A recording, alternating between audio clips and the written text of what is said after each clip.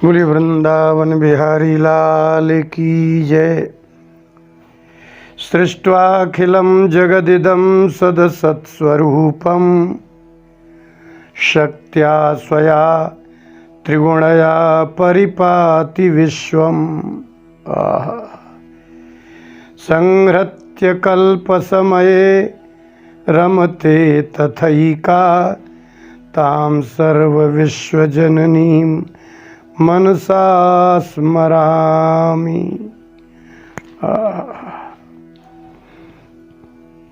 वर्तमान में प्रत्येक माता पिता अपने बच्चों को जन्म से ही प्रणाम करना सिखाते हैं, मंदिर जाना सिखाते हैं और जन्म से ही भगवान सिखाते हैं।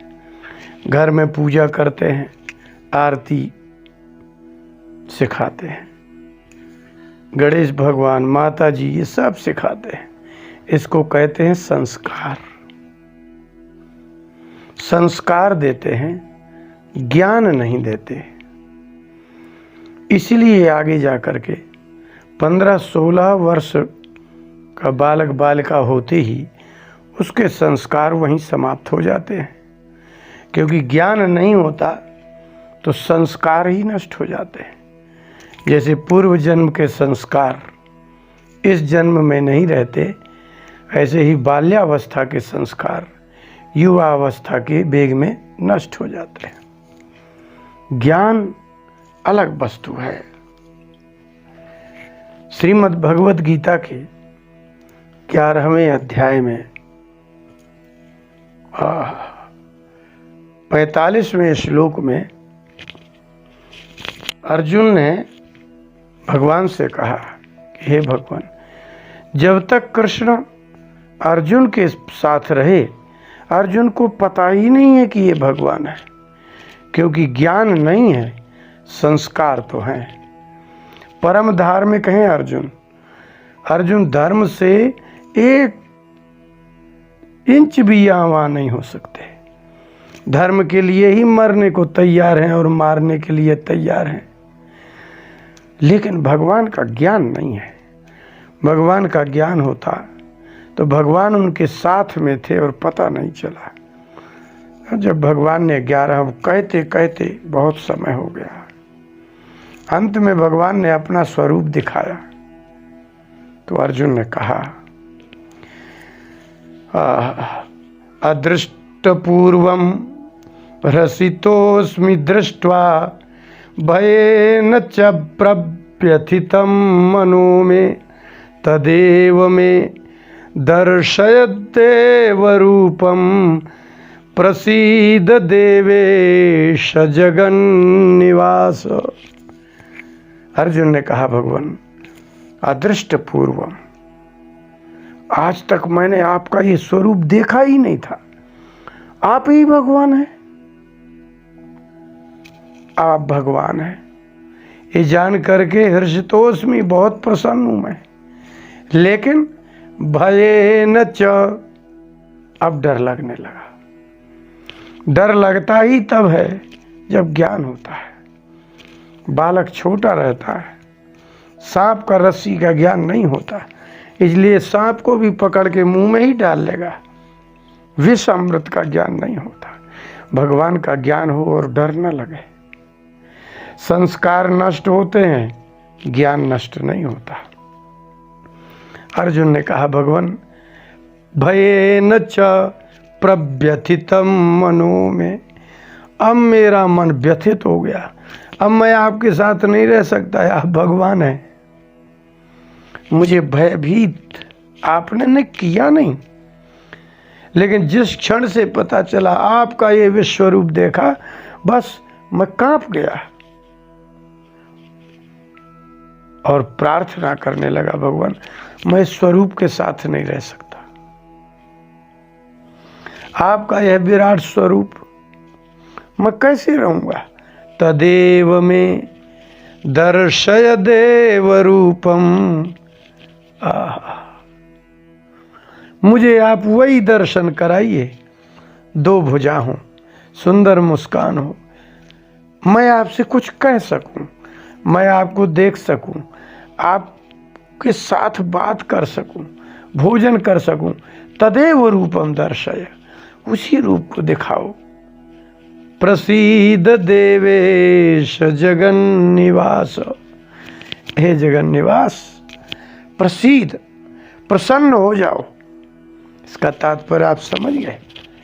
अर्जुन जैसा धनुर्धारी, ज्ञान विज्ञान संपन्न व्यक्ति, जिसने भगवान शिव की आराधना करके पाशुपतास्त्र प्राप्त किया, स्वर्ग गया, इंद्रादि देवताओं का दर्शन किया, वह व्यक्ति भी भगवान के यथार्थ स्वरूप का दर्शन करके कांप गया।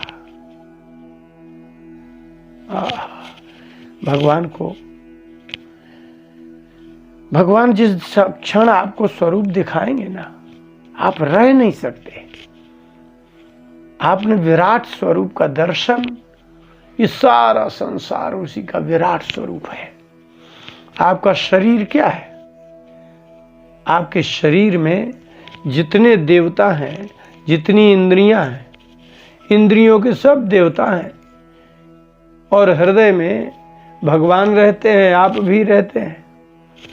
यही तो उसका विराट स्वरूप है। इसलिए एक सिद्धांत है वेदांत का, यथा पिंडे तथा ब्रह्मांडे। जो शरीर में है वही सब ब्रह्मांड में है, जो शरीर में नहीं है वो ब्रह्मांड में भी नहीं है। इसलिए इस समय किसी को भगवान से भय नहीं लग रहा। और शायद ही कोई ऐसी दुकान हो, शायद ही ऐसा कोई घर हो, शायद ही कोई ऐसा स्थान हो, भवन निर्माण किया हो और वहां भगवान का चित्रपट ना हो।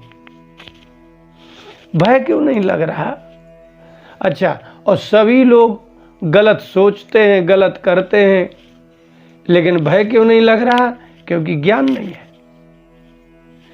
बिना ज्ञान के तो संस्कार टिकता ही नहीं है। जैसे बिना वैराग्य के ज्ञान नहीं टिकता, इसी प्रकार से बिना ज्ञान के संस्कार भी नहीं टिकता। अदृष्ट पूर्वम, मैंने ऐसा कभी देखा ही नहीं। बिना ज्ञान के संस्कार रह नहीं सकता। आपने भगवान के विषय में बहुत सुना हो, उनकी कथाएं भी सुनी है, लेकिन आपके संस्कार तो हैं कि कोई ब्राह्मण मिले तो प्रणाम करो, गुरुजनों को प्रणाम करो, मंदिरों में प्रणाम करो, लेकिन आपको उसका ज्ञान नहीं है। इसलिए बच्चों को आपने संस्कार दिया, ज्ञान नहीं दिया। आप संस्कृत के विद्यार्थी के पास चले जाइए, उसके पास ज्ञान और संस्कार दोनों मिलेंगे। और अभी की पढ़ी लिखी पीढ़ी में चले जाइए, संस्कार मिलेंगे, क्योंकि उसके माता पिता के संस्कार हैं, उसके परिवार में संस्कार हैं,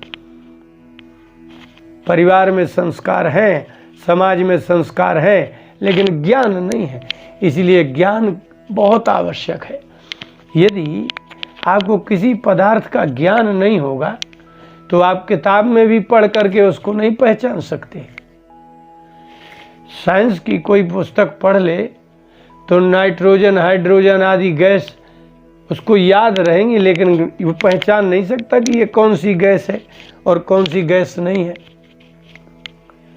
आप कितना भी कहिए कि O2H2 मिला दीजिए तो पानी बन जाएगा, याद कर लीजिए। ऑक्सीजन हाइड्रोजन मिलाइए पानी बन जाएगा, हाइड्रोजन मिलाइए नाइट्रोजन मिलाइए ये बन जाएगा, लेकिन आप पदार्थ को ज्ञान ही नहीं है आपको। ऐसे ही आपको आयुर्वेद का पढ़ लीजिए, लेकिन आप जब पहचानते ही नहीं है तो उस वृक्ष के समीप जा कर के, उस पत्ती के समीप जा कर के, अर्थात उस औषधि के समीप जा कर के भी आप बिना औषधि के ही होंगे। इसका तात्पर्य है जानाति इच्छति अथ करोति। ये सिद्धांत ही है कि पहले ज्ञान होगा तब संस्कार होगा। 24 गुणों में संस्कारास चतुर्विंशतिर्गुणा, संस्कार है। आपकी बुद्धि में जो स्मृति है वो संस्कार है, आपकी बुद्धि में जो अनुभव है वो संस्कार है। इसलिए संस्कार बिना ज्ञान के स्थिर नहीं होता और बिना ज्ञान के वैराग्य भी स्थिर नहीं होता और वैराग्य के बिना ज्ञान भी स्थिर नहीं होता। इसलिए अपने सद्गुरुओं के समीप जा कर के जब आप जिस चीज़ का ज्ञान करना है तभी वो संस्कार सुरक्षित होगा, अन्यथा नहीं होगा। इसलिए बिना ज्ञान के संस्कार नहीं रहता। इसलिए बाल्यावस्था में सभी बच्चों में अच्छे संस्कार दिखाई देते हैं, युवा अवस्था आते ही और वह अंग्रेजी शिक्षा की पद्धति में पढ़ते ही वो संस्कार नष्ट हो जाते हैं। वो संस्कार ही क्या जो नष्ट हो जाए, ज्ञान कहते ही उसको है, संस्कार कहते ही उसको है जो जब से सीखे और जब तक समाप्त ना हो जाए तब तक शरीर में और मन बुद्धि में बने रहें। बोले वृंदावन बिहारी लाल की जय।